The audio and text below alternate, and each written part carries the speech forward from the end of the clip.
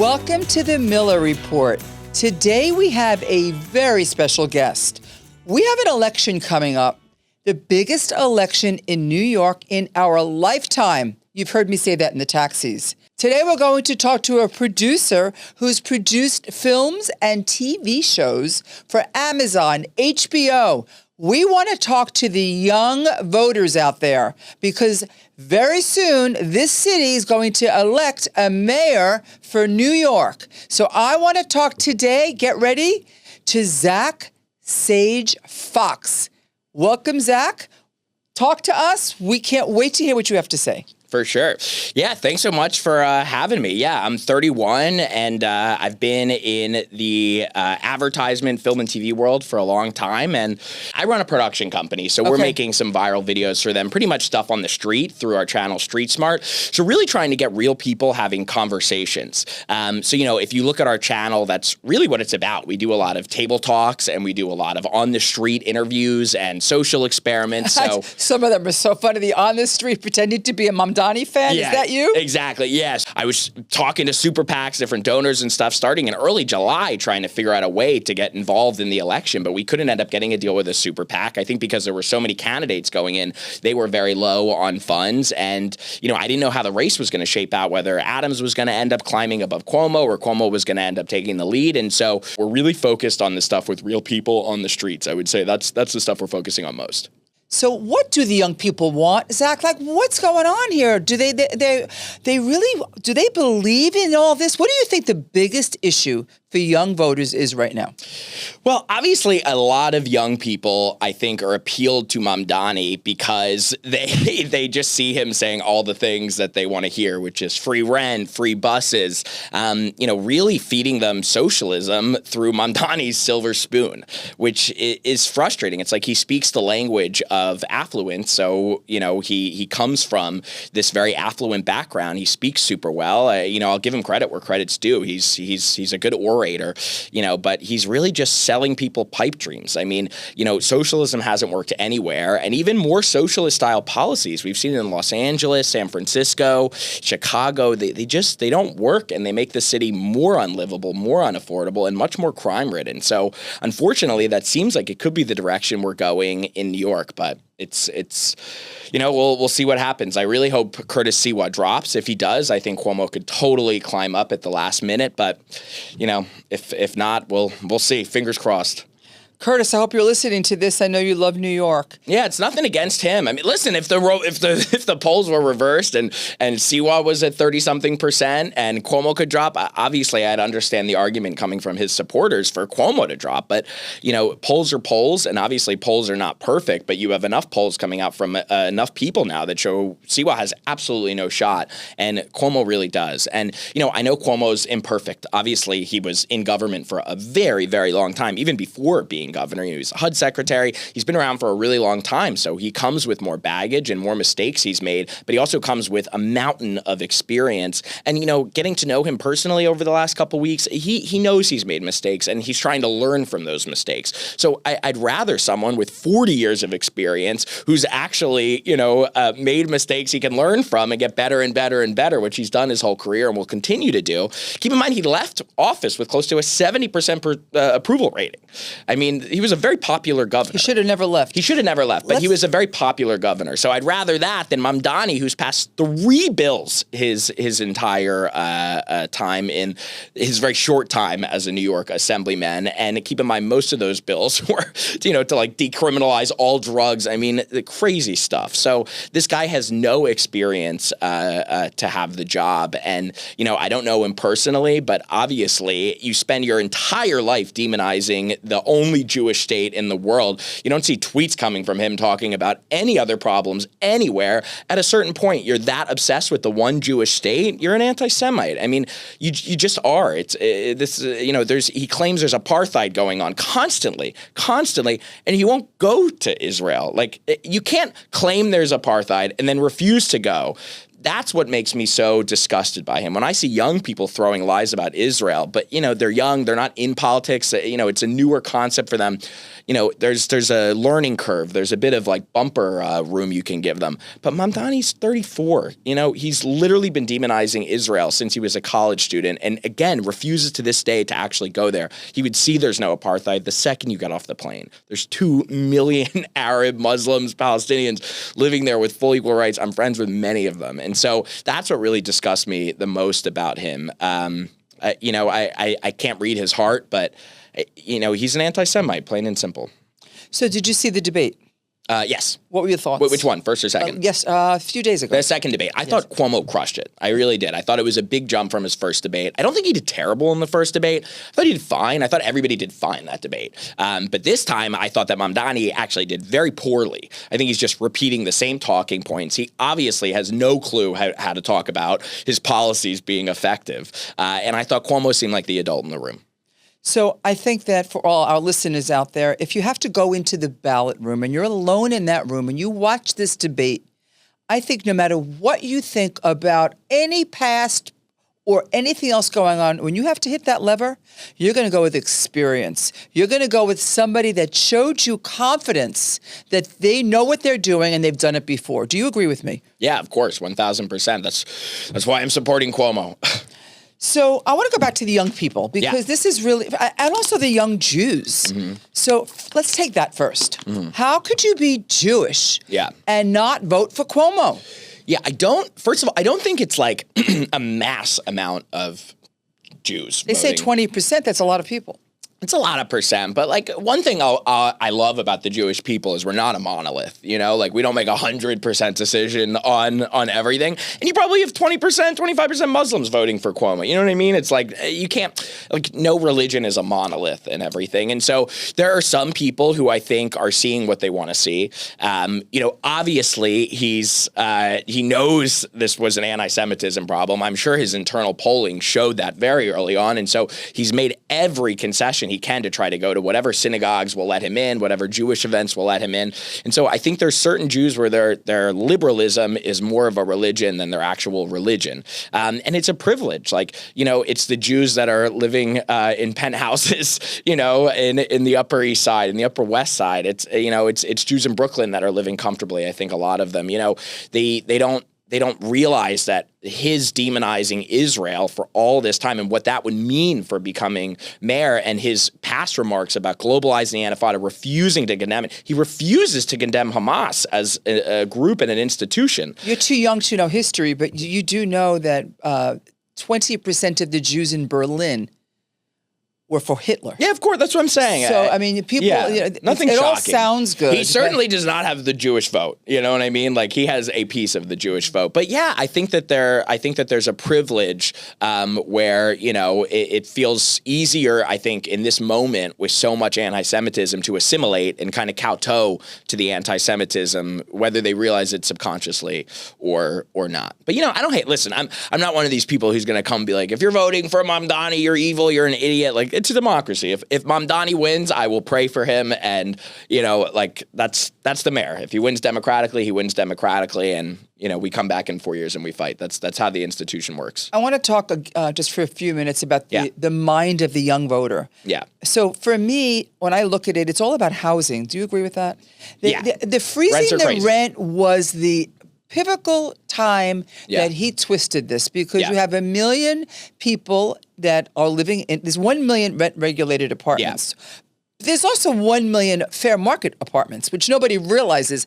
I don't think that people understand it's 1 million, but there's another million. What happens to those? And it's not forever. And he has no authority to do this. That is a state issue. He can't even do it. Well, he can do a piece of it because de Blasio did it 3 times, so, and it failed miserably. Look where we are today. And when you try to stabilize the rent stabilized apartments, then landlords just charge more for the ones they can. So, basically 25% of New Yorkers may have a much better deal for the next 4 years, but the other 75 are going to be facing the brunt, which is, again, what happened under de Blasio. Like, this just happened, you know? So I think part of the problem is you have a lot of transplants in New York. Even me, I mean, I didn't live here much under de Blasio. I moved here like 6-7 years ago. So, you know, you have people that are constantly moving into the city, a lot of young people that are, you know, newer in Brooklyn and the parts where he has support, and they hear that freeze the rent's high, and they see all these viral videos, and he's done a good job on social media. At one point, I was calling him a mastermind. The more I look, I think he's just doing, he's 30, he's in his 30s. He gets it enough. It doesn't hurt that his mother is a film director. But if you... Helps a lot. If you go, I'm going to quote Andrew, which is quite simple. You don't have to be a brain surgeon to figure this out. How do you bring down prices? Buy more supply. Do you think that developers are going to build in this town when you have all of these variances? You can't get anything passed, and it's like an attack on developers. They'll just leave. So if you have a smaller amount of apartments, the prices are going to go up. Completely. So people have to understand this. They have to understand this is not going to work. Yeah. It's going to...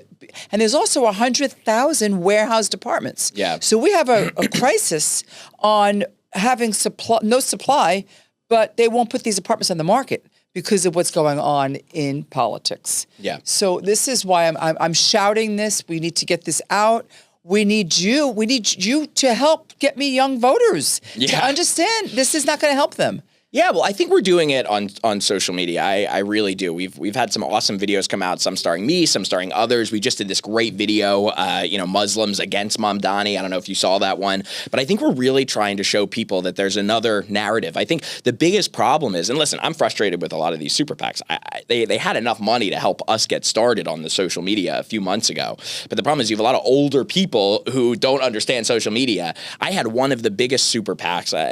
I'm not a drama person. I don't want to speak ill of anyone, but one of the biggest super PACs that was involved in the primaries, I had them literally tell me social media wasn't important. Like I couldn't. That's in the past. We need to go forward. I know, but that was 2 months ago in the past. So that's why we're here where we're at. So I think part of the problem is that there's only been one candidate. And you even look at the primaries, by the way. I mean, he did a good job with social media. I really think this entire election comes down to that. There's one candidate who's done social media. I don't think it's masterful, but I think he's done a decent job at it, enough where he's obviously built a massive following.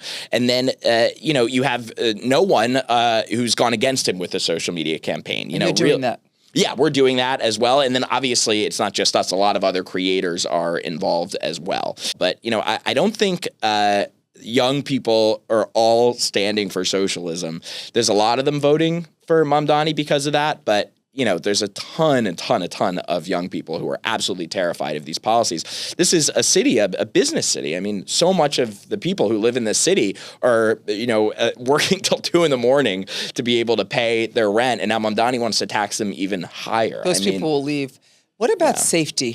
For me, the number one issue for me. It's the number one issue for any city. Would you not agree? And for corporations and for everything is safety. So do you think young people will leave?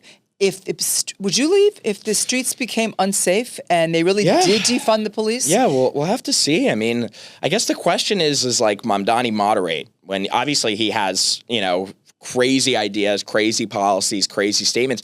We'll have to see how much he's able to do. First of all, I think the biggest thing, listen, I'm a political independent. I've mostly voted for Democrats, but I voted for Republicans too, and I've always identified as an independent. But, I think that a lot of it's going to come down to how much he can do. I think that one scenario I can totally see is if Mamdani wins, I think Elise Stefanik has a very good chance of becoming, you don't think? I think that Donald Trump won't let her. Oh. She'll be pulled. We'll see. Is what I think. Interesting. I think she totally has a shot. If Mamdani wins, she'll have a much better shot for sure. And so she'll be stepping on almost everything he tries to do, and she will have a lot of power to be able to do that. What about if Hochul wins? If Hochul wins, well, let's even talk about the first year. The first year, Hochul would be in charge. I think she's more business-minded than him. Listen, I have a lot of criticisms of her, but I don't think she actually stands by all of these policies. Unfortunately, she sort of is by endorsing him. But I think there's a lot of stuff that she's going to be able to block. So the question is, how much damage will he be able to do? We'll have to see. I don't think we've ever probably had a mayor that's come in and tried to socialize the city like Mamdani will. So a lot of it is a big question mark, and we'll have to see. I think people will be leaving the city based on taxes going up unfairly.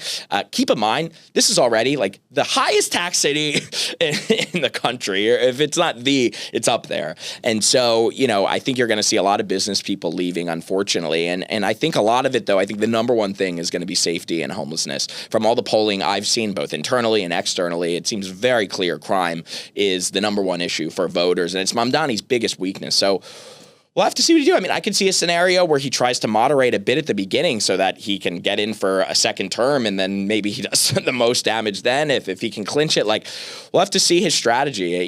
He's terrifying because he has said some of the most radical things I think anybody ever running for office has done. And it's crazy. His, actual campaign website still to this day has a plan to tax whiter neighborhoods higher. I mean, How about taking away homes? Yeah, and taking away homes from white people. So, I mean, they're at this stage right now. They're trying to say anything Cuomo says is racist, right? To distract from the fact that Mamdani, I'm not even kidding. I think that's the most racist policy in maybe modern campaign history. I mean, have you ever seen anyone who specifically talked about taxing someone higher by their race? Like, I can't think of a Democrat. I can't think of a Republican. That's not really like a party issue. That's just like, what the hell? I think that's the thing that shocked me the most. I remember, when I did that first video and I went out on the streets undercover, and I brought that to people's attentions that were his voters or people who are supporting him, and they couldn't believe it. Like, I think that was one of the ones where they were like, there's no way. That's when people started being like, are you real? Is this real? Because they couldn't believe it. And it's like, again, one of the first things on his website. And so. Is it still there? I'm pretty sure. Yeah. Pretty sure. Maybe they took it down. I'm not sure, but it was there until very recently. I think it's still there right now to this day. So, it's really grotesque. I don't know if constitutionally he could do that, but the fact that they're proposing that unapologetically, it's just disgusting. It's really disgusting. And so they're throwing out racism, Islamophobic. Like, they're trying to be like, look over there, when like this guy's actually trying to do racist policy, like overtly. It's just wrong. And it doesn't, I mean, if he was talking about taxing Asians, it's nuts. We don't do that in America. Everyone here is born equally. So particularly this city, we have every diversity. It's the most diverse city in the world.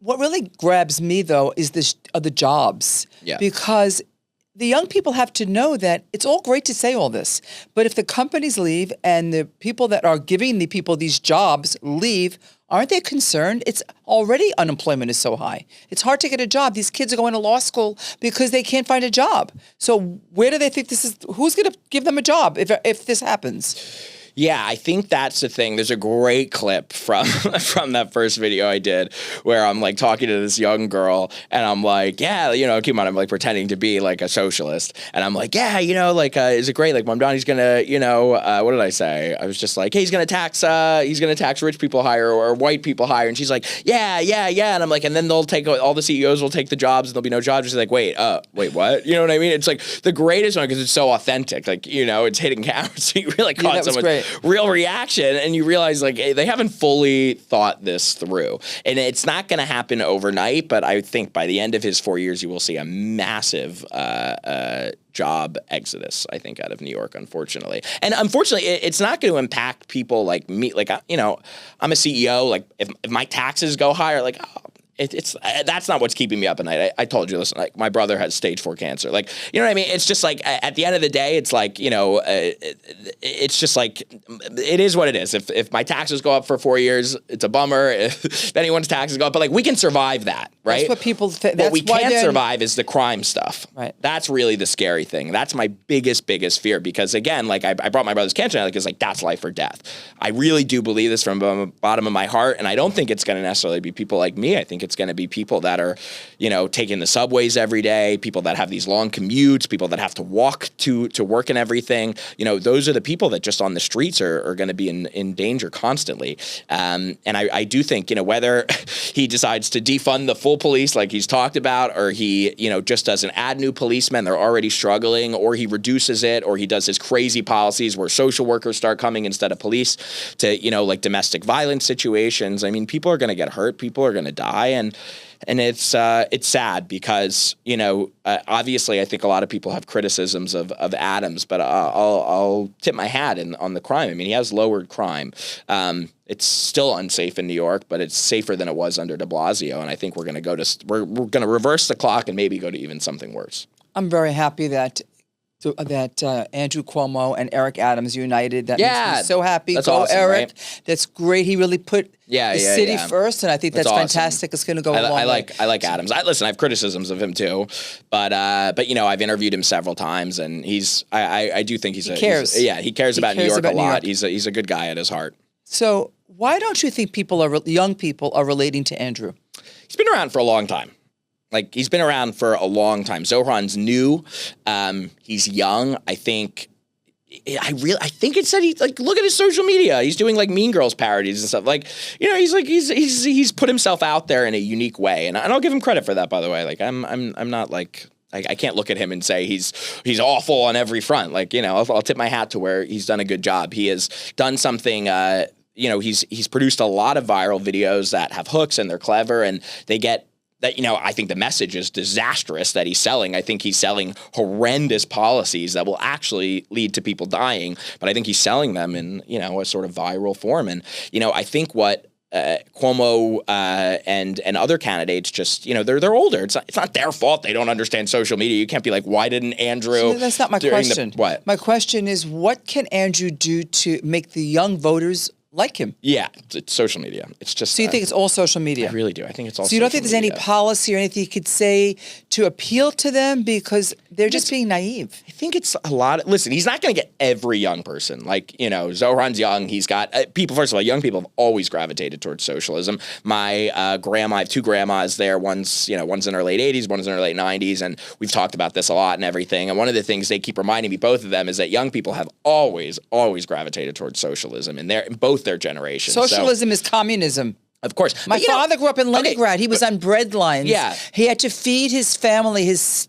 siblings died of starvation. I know, but that's not how they see it. His parents were caught with gold. You weren't allowed to have any gold. Right. Everything has to be equal. They had 2 pieces of gold, and they went to Siberia. They were sent to Siberia where they froze to death. My grandparents. Right. So socialism is communism. This does not work. Well, we know that, but, you know, there's a lot of young people. Like, for example, and this was even funny to me. Like, you know, I was on Varney a couple weeks ago, and, you know, he's you know, an older chap from the UK, and I remember him on air telling me, and I was kind of shocked. He's like, you know, when I was younger, I was really into socialism, and I remember being like, wow, like, right, because he's not somebody that you would think is like that now, but when he was a kid. So I think people get older, and I think, you know, socialism, especially if you don't know the history of it, and you're living under such a free and fair market, right? It's easy to be like, wow, right, wait, yeah, why doesn't the government just distribute everything so that I have more money? And you don't think about, wait a second, like what happens if you actually take socialist grocery stores into their full implementation? Let's just take everything out of your pocket. I want your rings. Yeah, I want your money. I want those nice shoes. Exactly. We're going to put it in a pile, and we're all going to distribute. You cannot have one thing more than me. Exactly. What do you think? Is that going to work? No. We know that. So we know that, but it's scary for the Democratic Party. I think that certainly if Mamdani wins, I think he will drag the entire Democratic Party in the midterms down 1,000%. I have no doubt. Whether that means they're going to lose, but their percentage will be lowered because he is, you know, going to be the biggest face or one of the biggest faces in the Democratic Party. And as an independent, that scares me because, you know, as an independent, I want to see moderation on both sides. And I think, you know, I don't want either party to be swinging so far in either direction. And I do think that this is going to make socialism more mainstream for them. So it's going to be a much bigger issue in the midterms now. Like, they're going to have to own a lot of this. And Kathy Hochul, Hakeem Jeffries just endorsed them. They're going to have to own all these policies now, you know? So, Zach, as a closing statement, when are you voting? I know. It's early voting. I'll probably do election day. I feel like that's the day. You're going to wait till election day. And I feel like there's something fun about that, you know? And what message do you want to tell all of our listeners right now when they have to get in that polling site? Yes. I mean, one, I want to tone down the temperature. Listen, like, it's a free country. You want to vote for Mamdani?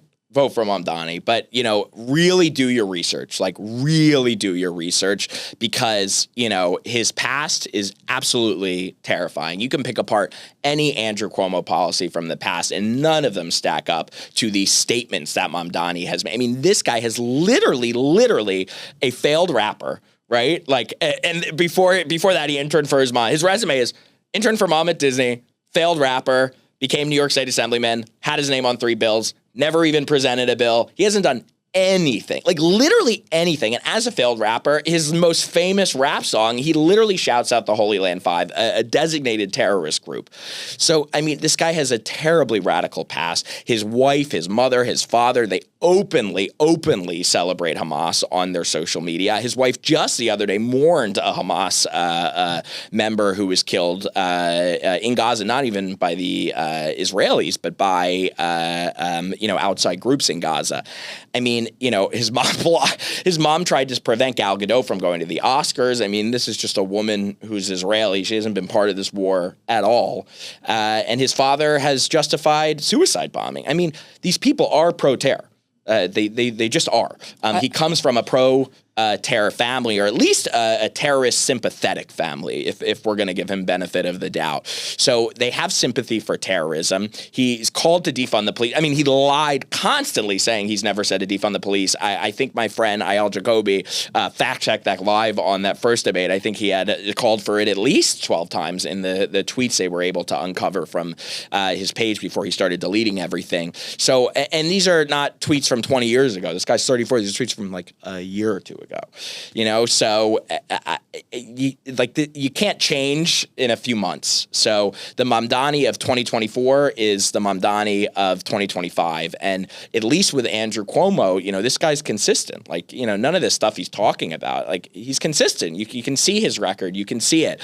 And, you know, scandal aside, no one goes 40 years of politics without a scandal. And I don't support some of those scandals, but at the same time, I do believe he's grown stronger from it, and I think he's in a really good position to lead this city, and I like that he's coming through an independent lane. As an independent lane, I think he has an opportunity right now. If Siwa drops, I think he can grab Republicans on the right, the center right, and I think he can grab Democrats on the center left, and I think we can have a really broad coalition inside Gracie Mansion moving forward. So do your research on Mamdani. Listen, I'm doing everything I can get the facts out about her, to come up with viral formats, to get, you know, his past statements out. You know, my company's doing stuff on the streets. So, you know, do it. Do your research, and, you know, be active the next 10 days, because, you know, if Siwa drops, and really pray for that, I really think Cuomo can pull this off. Siwa's not dropping, but let's just... You don't think? No. Oy. All right, well, you know, then pray for a miracle. Most important thing, get out and vote. Yes. Thank you, Zach. Thanks, awesome. Zach. Will I be in the subway cars? Is this going to be... Or not subways, is this going to be in the taxi cards? I am the girl. I want to be in the taxi. I'm in the girl with the red suit on behind every taxi. Okay, good. I mean, in the back seat of every taxi. That doesn't sound so good, but I am. Awesome. Oh, other thing. If you know people, older people, relatives who fled socialism, talk to them. Go look at videos of people who fled socialism. I have somebody coming on Monday who fled socialism, and it's going to be a fantastic interview. So stay tuned. Awesome. Thanks. Thank you so Zach. much. Thank you. Cool.